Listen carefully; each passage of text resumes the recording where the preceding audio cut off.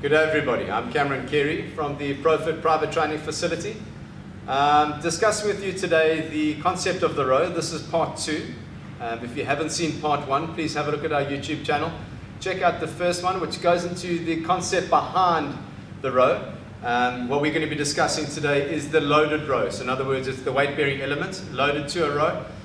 The primary function obviously is the area that we're trying to engage, specifically being the rhomboid region of the back and the lower trapezius, which is a very important region with regards to the ability to stabilize our thoracic spine, okay, which is this greater region of our spinal column, the longer length.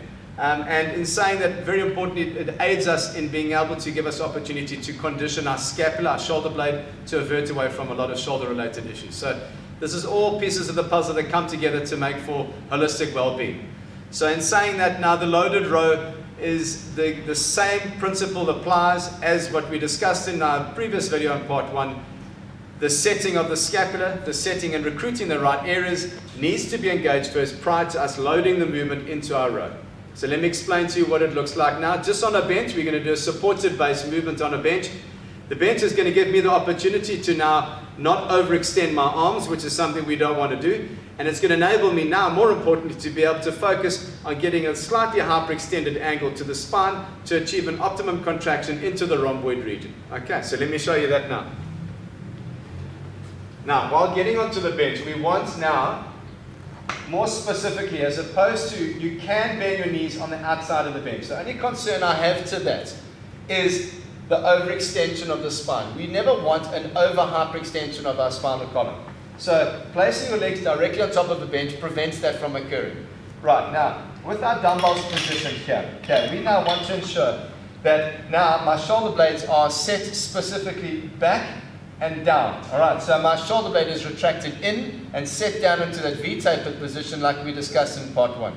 Now, once I've achieved that exact setting, the row is going to be very short. You will notice now that the dumbbell position is not below my shoulder. If it is below my shoulder, I'm going to go for a vertical row, which is invariably going to load our trapezius again, which is that compensating structure that's involved in most upper body work, which is done incorrectly. Okay, so I'm going to show you the incorrect version as to the dumbbell position, which involves a vertical lift, a retracted and rounded shoulder position, and an extended neck now. Okay, so there's a lot more pressure placed upon the cervical area of our neck. So here's what we want to do. We want to ensure now that the dumbbell slides down closer towards the hip position. I'm basically going to be rowing directly up towards my hip bone. Now that is not a vertical line, as you'll see by the line of my forearm. That line is where? Back. So it's a very short angled row back to ensure now that I'm engaged in the right region. Okay, so shoulder blade is retracted back and down. I get now a retraction back of my chin. I'm not overextending or tilting. I maintain that position, and I very importantly contract my glutes.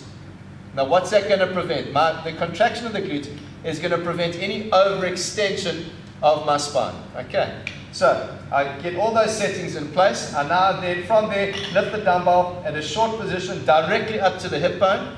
I release it down, not forward to the floor, without releasing the shoulder blade setting at all. I retain that angle, and then I row directly up to that same position. On a repeated basis, all I'm doing is I'm loading correctly the middle region of the back, and I want to ensure that the abdominal column is engaged as well. All right, that is the loaded row. Now, any concerns related to that area, specifically being your lumbar region and or neck, if you have discomfort in those areas, please eliminate the movement. All right, those are the regions that are generally are precursors to a lot of loaded issues later, which can result in injury, and injury is nothing that effectively we want going forward. To ensure now that you have longevity to good back conditioning, that same basic function applies to all forms of rowing, irrespective of the angle that you're applying to. So I hope that's been informative, guys. You're welcome to please contact us. We're on Facebook at Pro-Fit Private Training, or alternatively on Instagram at Pro-Fitgym. Please feel free to comment below the video. We'd love to hear from you. I hope this has been informative. Thank you again for your time.